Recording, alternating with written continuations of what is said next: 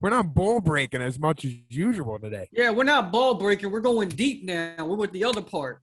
Going deep. Called Going Deep with Mike and Steve and Brian. I don't want to be a part of that. Oh, wait a three guys second. and you're going deep. Sounds I don't want to be a ruthless. part of that.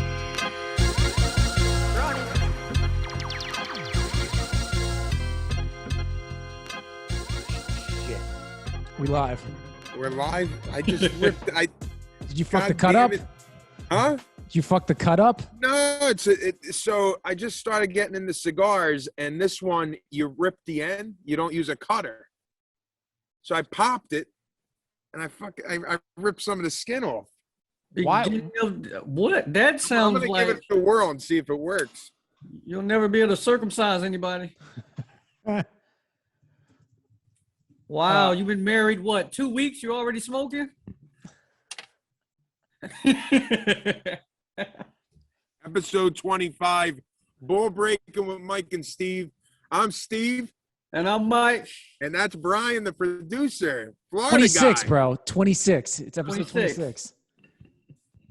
I told you a second ago it was episode 26. I got a lot on my plate, buddy.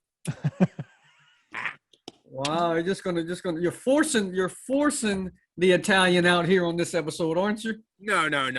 I'm breaking balls. I couldn't be happier about being married, being a stepdad. It's exciting. But I'm a cigar guy now, Brian.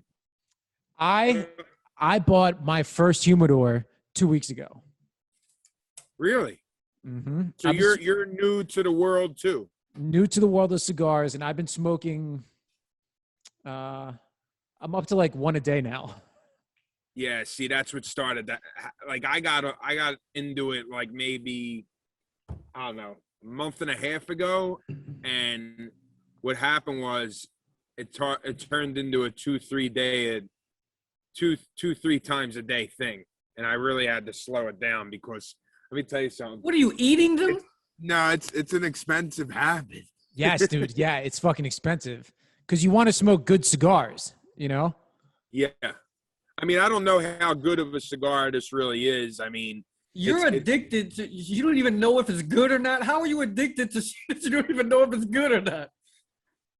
well, I don't know the quality of what I'm smoking, in other words. You've So, never done drugs, have you? well, maybe sometimes, but not right now. I mean, you know, What is that you're smoking? this is called acid. Oh, it's Called acid. acid? An acid cigar? It's called acid cigars. It's sound more like that on should the be your lighter first one. side. Yeah. It has flavor.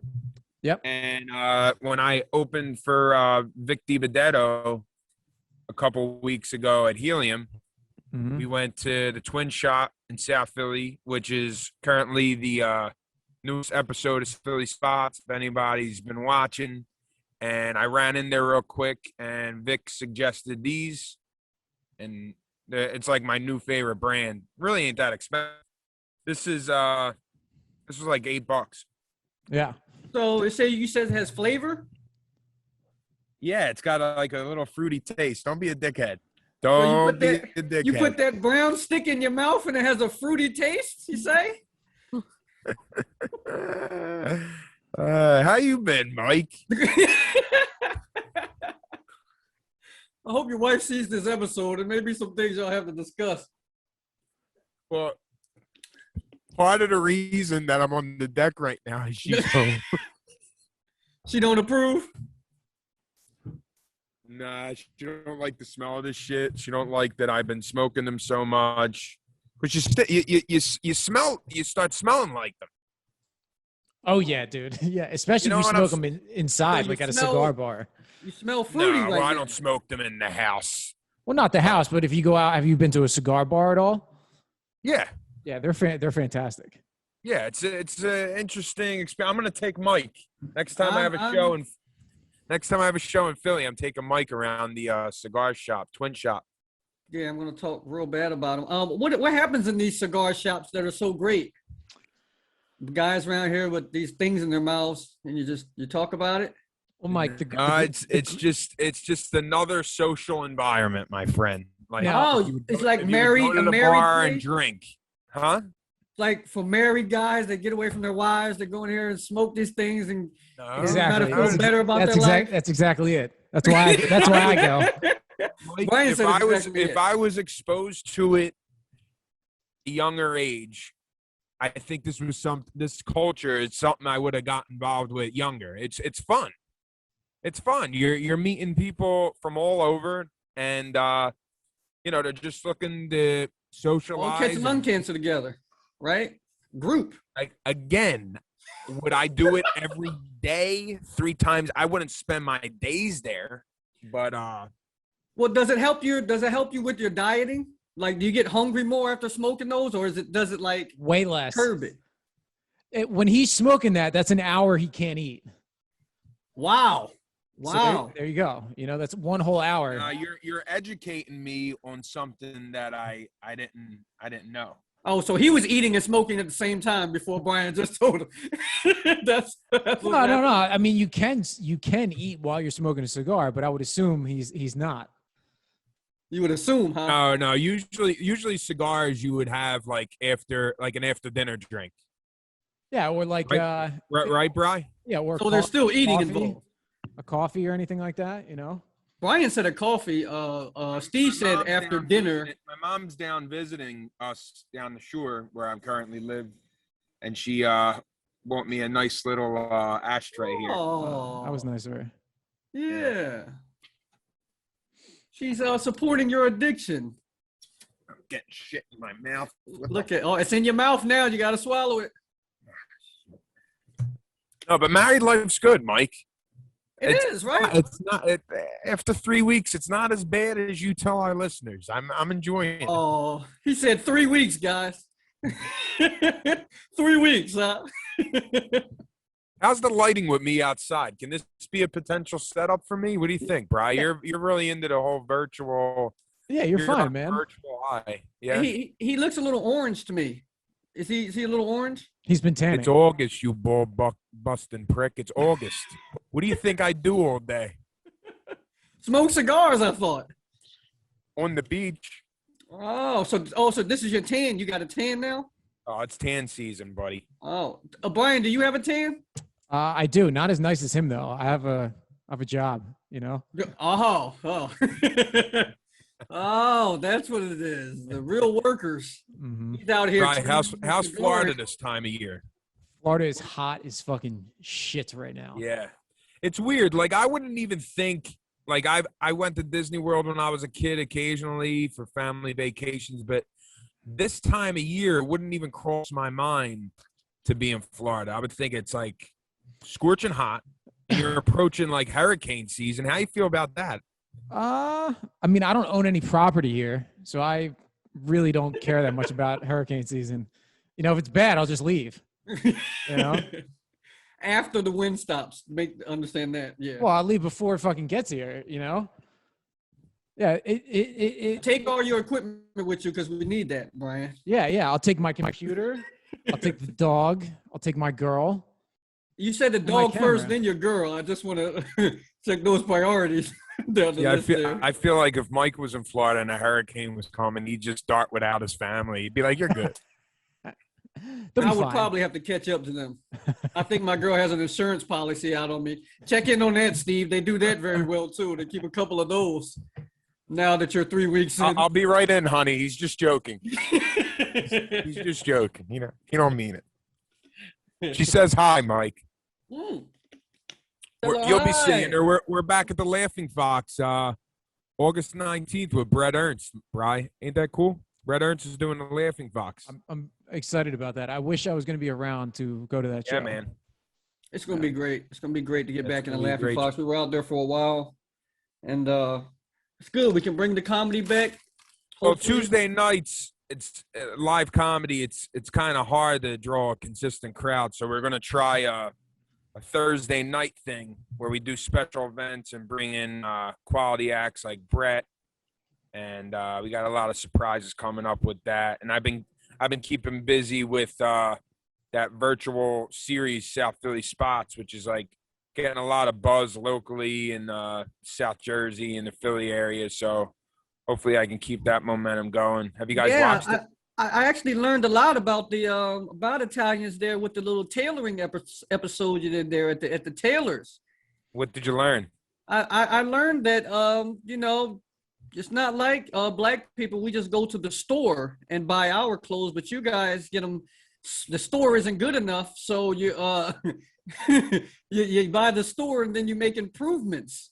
Is that like everything with boxers as well, or like drawers, or is it just the suits? If he does tailor boxers and underwear, that's news to me. It's not something I've dived into in the past, but you're married now. You gotta start keeping it spicy. Yeah. You may have to go in there and come up with something nice. Something, get it tailored, the regular boxers with the ass out. You go to the bedroom and they keep the marriage going. Well, to be completely honest with you, and I think Brian would agree with me because he's pretty familiar with that Italian culture. I feel like an Italian tailor shop is something that's kind of dying out and almost extinct, right, Brian? There's not a lot of Italian tailors our age that are opening up. Yeah, no, none. And their kids probably don't want to do it. If they're not doing it already, they're definitely not going to pick it up. And it's ruthless work. You know, it's a lot of work. Brian, you get a lot of your clothes tailored too? No, but my girl actually just bought a sewing machine and she's taking up sewing as a hobby.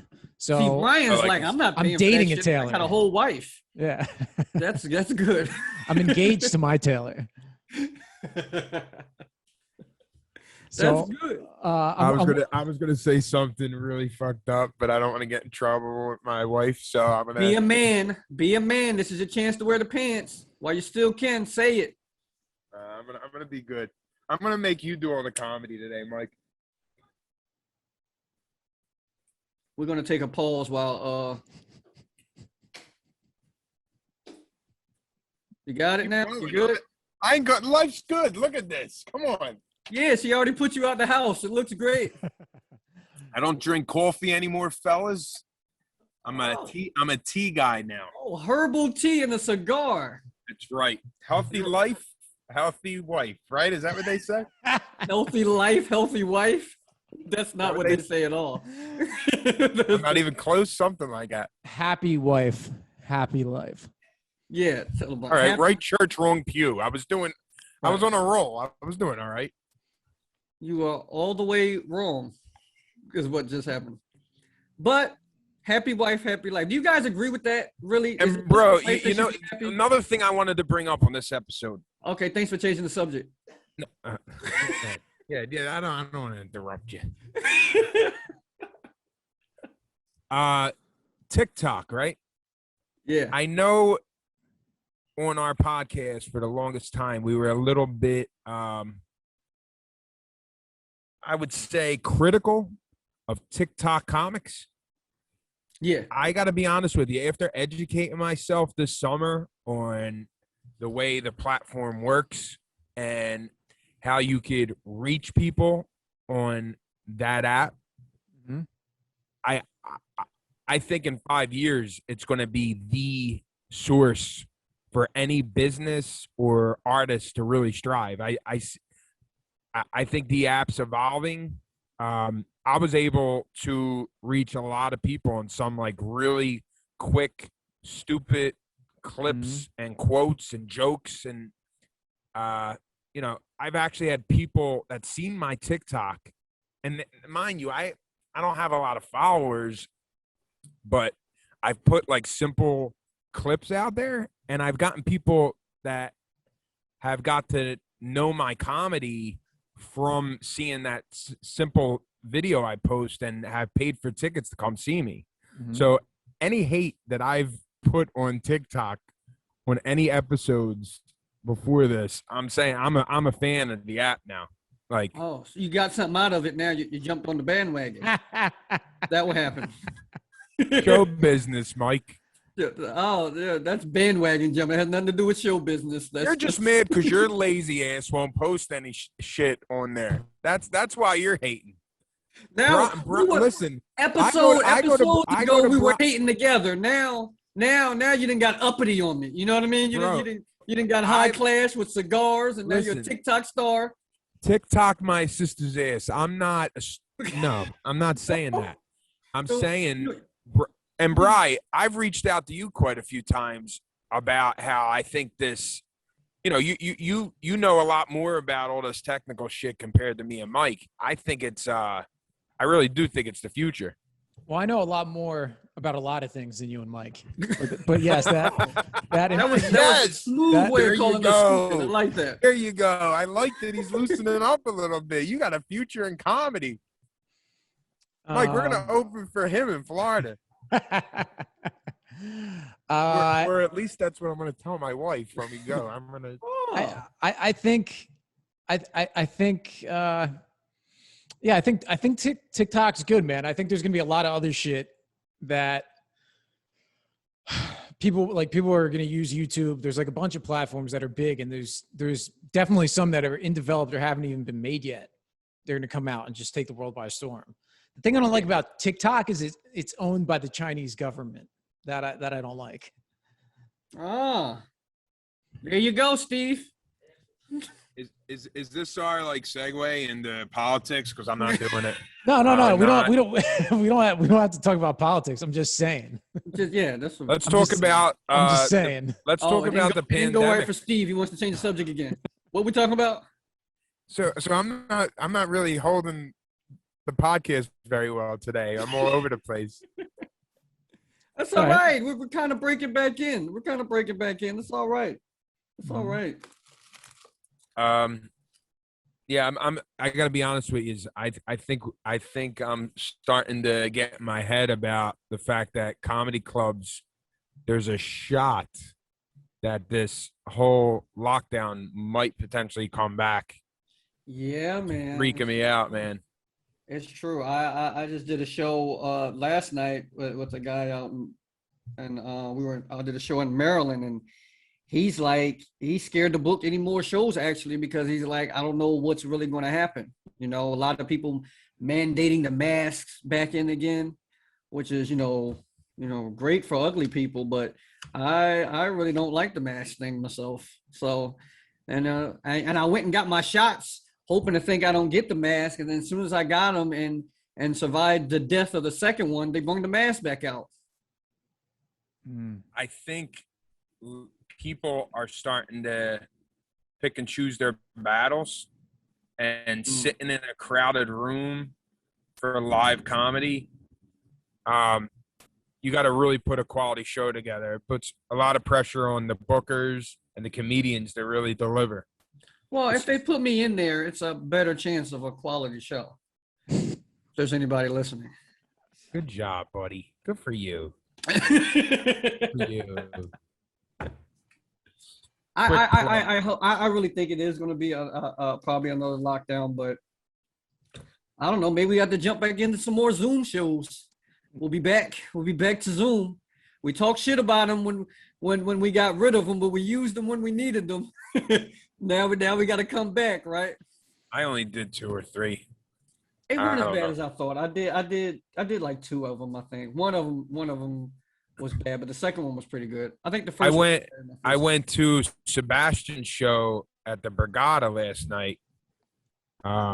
Just check it out.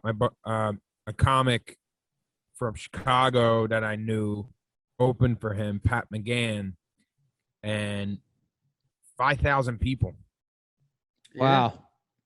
It was close to 5,000 people in that theater. It was jam-packed.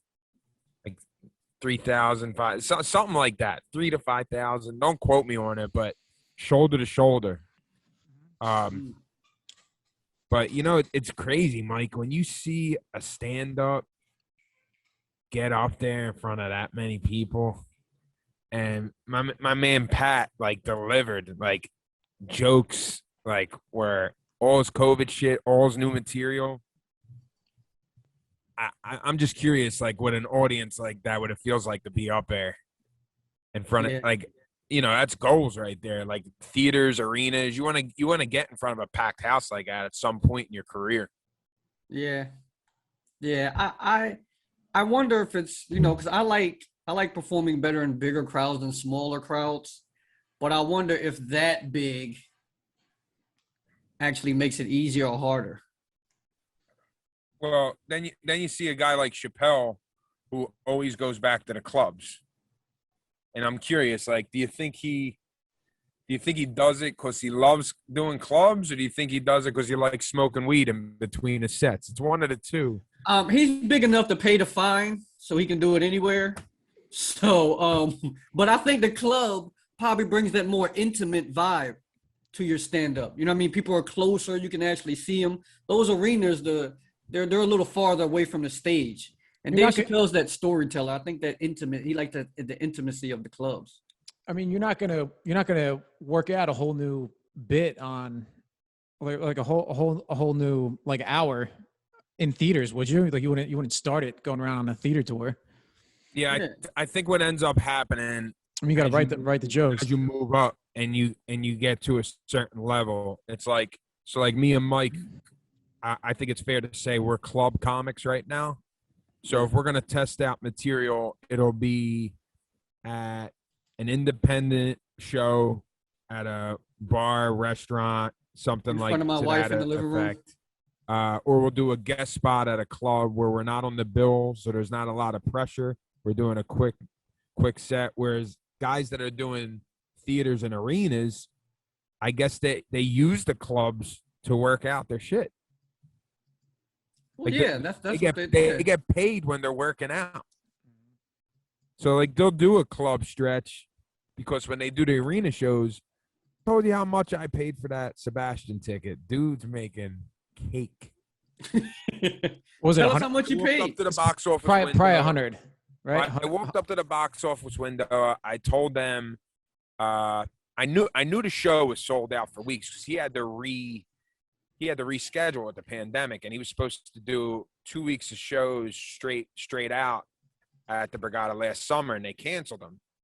So a couple years ago, Chris Rock, there's only a select few that I would like, me as a stand-up, this is just my opinion, there's only a select few of legends that I'd like to see work and say, man, I got to see that guy perform.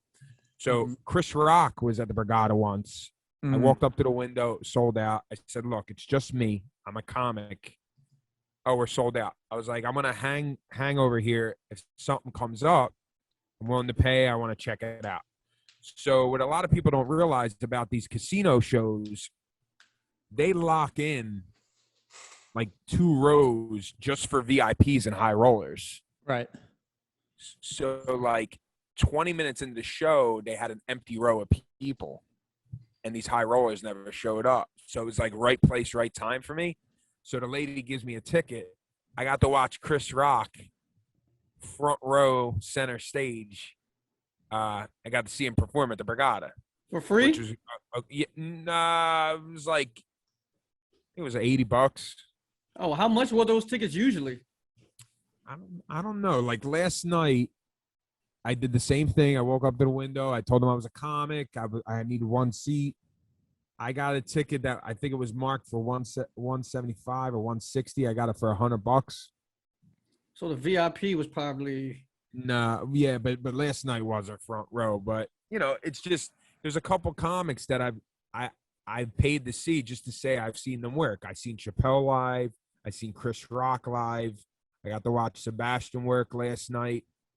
I mean, how many comics would you pay to see, Mike? I don't know if you're still like that, but it depends on how many hours I work that week and what I can afford to see. I would pay to see anybody, you know what I mean, if I am able to pay.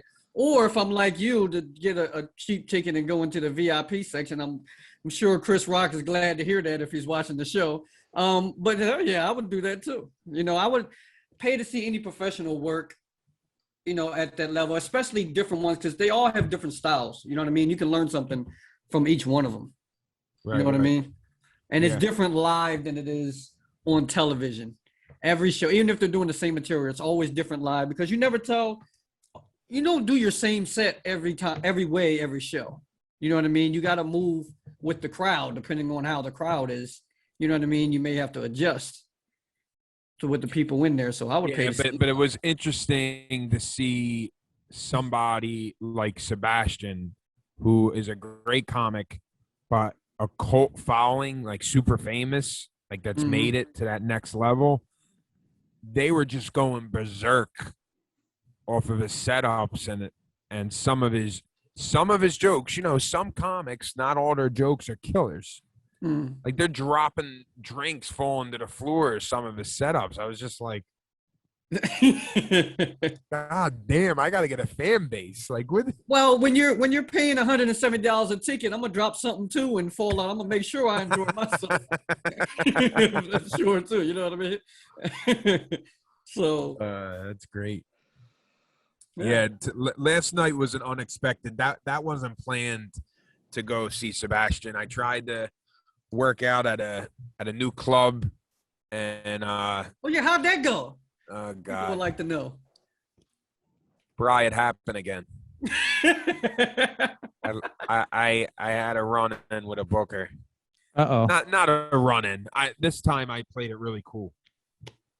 You know, he was very rude to me. You didn't hit him, right? You I don't hit people. That for our first time listeners, I don't hit. I think about it. But I don't know. This guy, he didn't want new talent on a stage.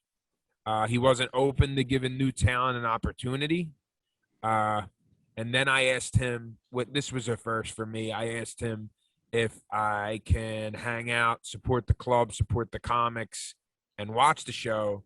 And he told me no. He told me to leave. So how did you get to this? You don't have to say the name of the club, but how did you get to the club? I'm not going to say the name of the club. So basically, you know, me and Mike are featured acts. We're not known names in the business yet. We're up and coming comics, and we want to break into and establish relationships with as many clubs as we possibly can. So last night, there's a club down here in Jersey that I haven't worked. I go there, introduce myself to the guy, and normally clubs will let comedians, especially comedians that want to spend money. A lot of comics don't even spend money at clubs because they feel their talent and they may potentially work there. And talents are he didn't even want me to stay. That was a first for me. Yeah, like Steve was in there trying to, like, you know, build a relationship with the guy, maybe eventually come back. He wasn't, you know, expecting to get on that night, but just to show him who he is, and then come back a few times. And then if an opportunity shows up, he drops a guest spot in, show the guy what he can do. You know what I mean? And go from there. And I got to be honest with this. Steam was burning through my ears when he told me to leave. And I did it. I said, thank you, good luck to you, and God bless you. But if we had to translate what I was thinking. Whenever somebody brings God into it, they're very angry. God bless you. No, I was sincere. No, you weren't. You weren't. I think that's where some of that tint you got on now is still some of the anger still still low. But you know, God, you know, God willing, like the way I look at the whole situation when I take a step back and I had a night to like reflect off of it, it's not the worst thing. I don't need to work for that guy right now. Right now, I don't. Every club. I mean, you look to listen to the story with Eddie Murphy. Gotham told him he'll never make it in this city, and then a year and a half to 2 years later, he became Eddie Murphy. Right. There's assholes everywhere. You know, people aren't nice. Everybody isn't nice. People are there, and you have some bookers who have this, you know, chip on their shoulder when, you know, because there's so many comics coming to work for them, and they get high on themselves, which is why, you know, Corona came through and leveled out everything. And when if it drops again and it comes back up, I bet you when you go see him, then he'll be happy to see you. But also you got to factor in, you don't know what kind of day the guys have, and if the but at the end of the day, it doesn't matter what kind of day he's having. You're in the customer service business. Period. Whatever day you have, and you're supposed to keep that to yourself. He don't know what kind of day you were having when you went in there. Would you have, Mike? Would you have handled it the same way that I did? Yeah, there was no need to make a scene. I can't afford to be getting locked up. So, and I don't know many people with money. So I can't just go to jail because I don't know how long it's going to take for bail to get there. So I have to just, walk away. There's no need to even do all that. Yeah. I mean, if he doesn't want to do business with you, you don't want to do business with him, fuck him. His loss. Clubs. Yeah, his loss. I think it would have hurt much more if he would have seen me perform and told me no. Of course. No, I would have liked that better. In a way, no, Mike. You know why? Because it ain't personal. Right. No, that's not even if it ain't see personal. You perform and tell you no. I would have expected that, okay, because it's like, well, maybe I got to get better material. But just to look at you and say no, basically, you don't like your face, like that. That's what happened there. Like that's the only thing he could go by. Hopefully, I didn't scare the shit out of him. That's the only thing he could go by to say that you can't even watch the show. Like I can't even buy a ticket. He didn't even offer where if you buy a ticket, you consider you couldn't even buy a ticket. It was clearly something wrong with your face. Maybe the tanning, I don't know, but there was something wrong. You know what I mean? If he tells me no when I perform, then that's my talent, and I need to adjust and get better. You know what I'm saying? But just from looking at you, it's like, nah, that's just an asshole. Show business, bro. I love that Sinatra saying that. How many times do you have to light that thing? I don't know. I guess I'm a rookie. What do you think, Brian? Once. Okay. One No, and I done. love that Sinatra saying. He says he told it to somebody. He's like in my 20s, I was the hottest thing. Any agent, any manager, any booker, I could have got the president on the phone. Everybody wanted to work with me. He said, and then in my 30s, I got cold. I got real cold. He said, and then later on down the line, I got hot again. I reinvented myself. And then I would go to these red carpets, and all these people that didn't mess with me, I would see them, and they would put their head down. But I wasn't mad at them.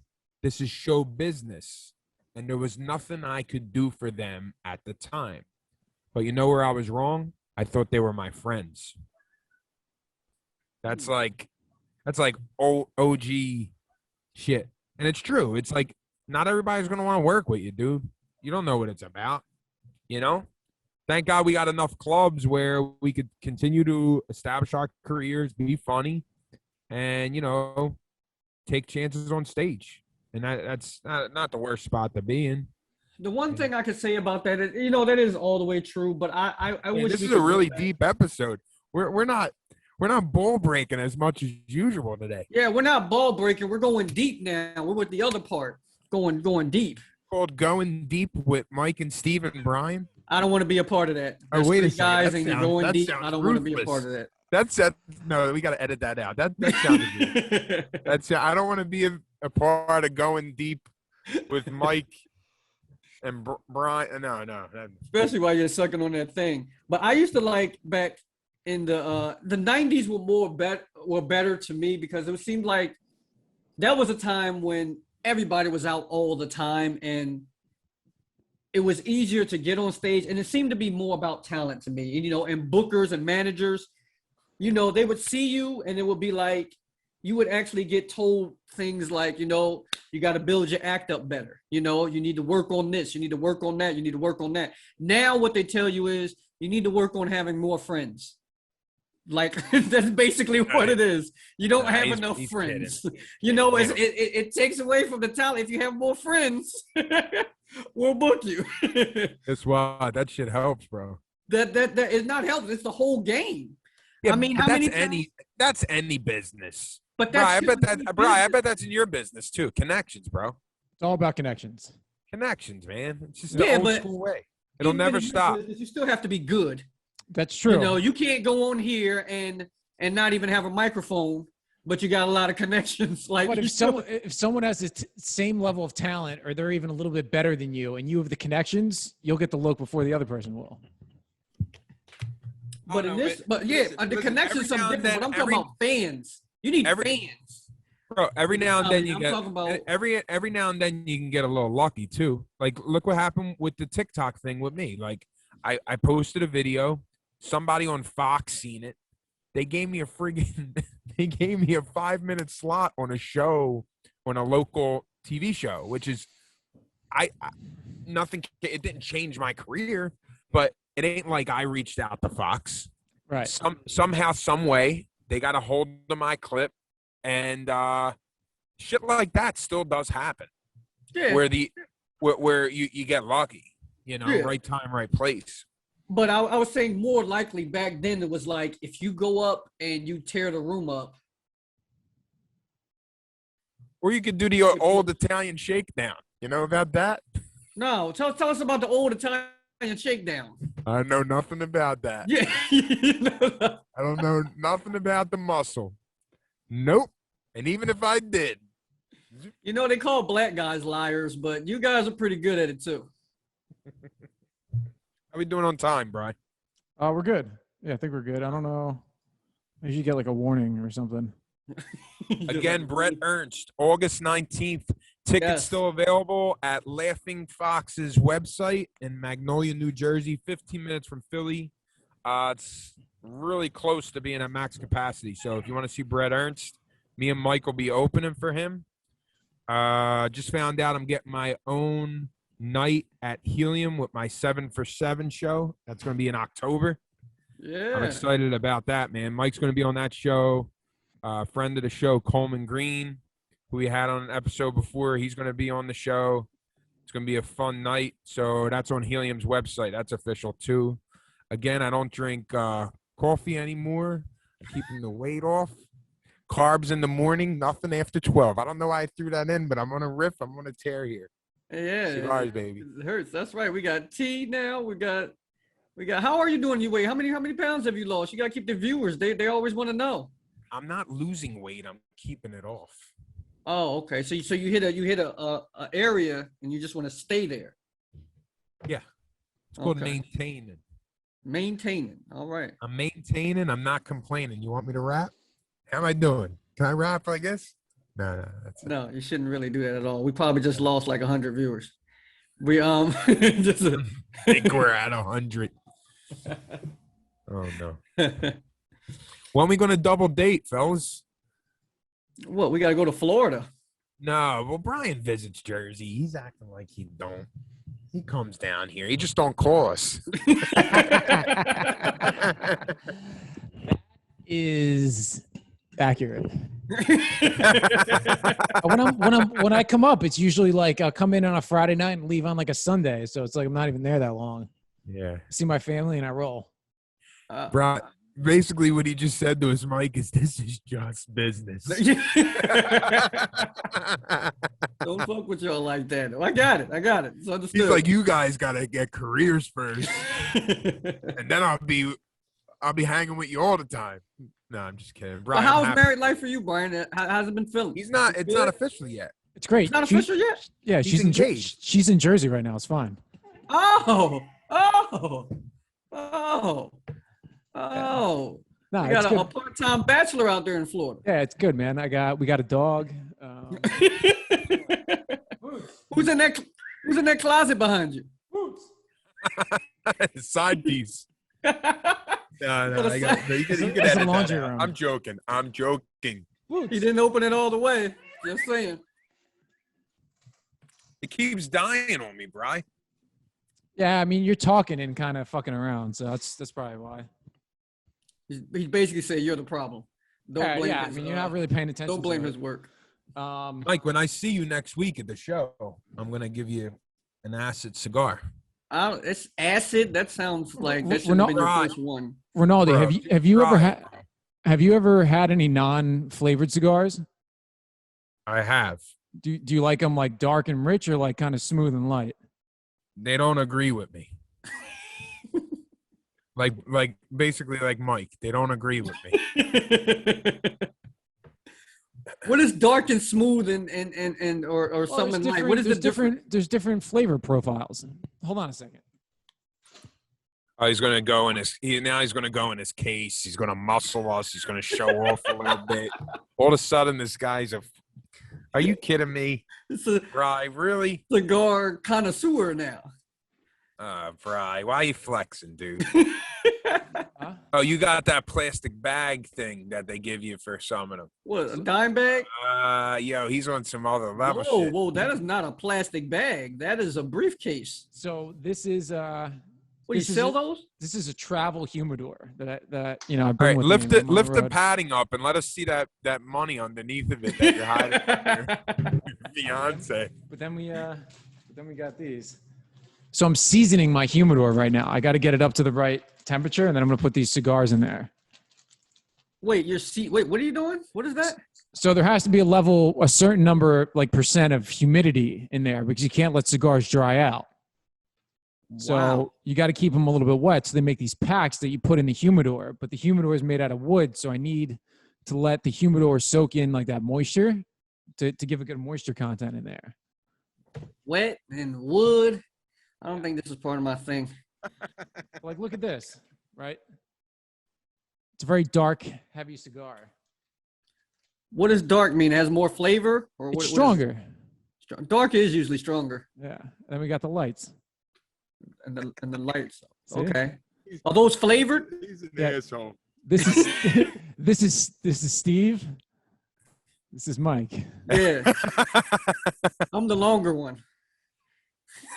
You wish. I know. So Steve, what kind is that you have? I think. I don't That's know. I would Don't say- they I have would- a word? Yeah, that's like a medium cigar. No, don't they Gotta work have a on your word? spit Don't game, they Steve. have a word for like small cigars? What are they called? What are they called? Stogies? They're Well, called no, there's- undateable. No, the different sizes have different names. Is that the kind you got, Steve? The undatables? That's the one you bought? Undateable, cause married man, buddy. She's not gonna watch the episodes anymore. She's married to you. She got what she needed. So She you can just stopped say what you watching want. at episode 9. So I'm doing 2 podcasts right now. I'm doing the one with you guys, and I'm doing Rated G with Gary. Quick plug. Gary's It's a great- Gary's on a roll, bro. What, with the podcast? Mm-hmm. Yeah, we've been putting them out. What episode's he up to? But I've listened to quite a few, and he's found his voice. Like, he's got a rhythm. Yeah, dude, it's a good show. We're having a fucking blast doing that Yeah. show. I think we have a good chemistry. 18. Has he had any guests? One guest. It's One not very. guest. It's not really like a guest show. You know, me and him just kind of like, I bring up some topics, he does some riffing, and then we kind of have an exchange. Maybe Gary would want to do ours. That'd be fun. Yeah, I'll And ask him. we could share the clip on both channels. That would be fun. Yeah, that'd be cool. Yeah, I'll ask him. But me and Mike we do got studio space, and we are going to do a lot of in-person podcasts too, since Brian decided to just be like, fuck you, I'm moving to Florida. I was actually out there in Florida, a week or two ago. Oh, where? Yeah, I was in Orlando, Kissimmee. That's too far. You went to So Disney you World didn't with call him either, Mike. Well, I did one of his moves, you know. Did you go to Disney? No. We Went to Universal, right? huh? No, I Universal? didn't have enough money for either one of those. I went to the beach. Went to the beach.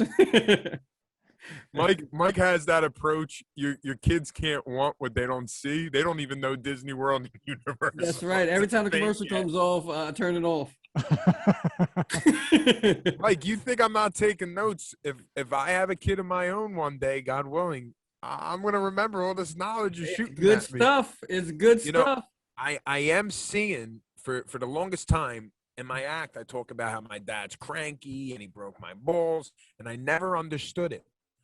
I think I'm starting to get it a little bit. Yeah. Because Mike used to say to me all the time, it's going to make sense eventually. You just wait. You see, you were a pain in the ass. You were a pain in the ass. Kids are rough, man. Kids, it's They okay. are. But I love kids. I do. Says the guy that Trying to- doesn't, that has a step one. Says the guy that has a step one. Yeah, it's great. You can be in and out if you want. I forgot what I was gonna just ask you. Oh yeah, Mike, you got any shows coming up that you want to plug or no? What I got coming up? I got another casino gig in Rocca. I gotta look it up. I'll tell you in the next episode. I just put them in the calendar and I don't look at them again until the show comes. One more time, I want to plug my YouTube show, South Philly Spots. I love it, and you can see Brian on another podcast, Rated G, with Gary G. Garcia. Great stand-up. Upcoming shows for me, SteveRinaldiComedy.com. With that being said, I think we're ready to wrap, right? Peace. All right. Check you guys next time. That's episode what? 26? 26. Yeah. 26. Thank you, fellas. Talk soon. Ball breaking with Mike and Steve. Peace. All right.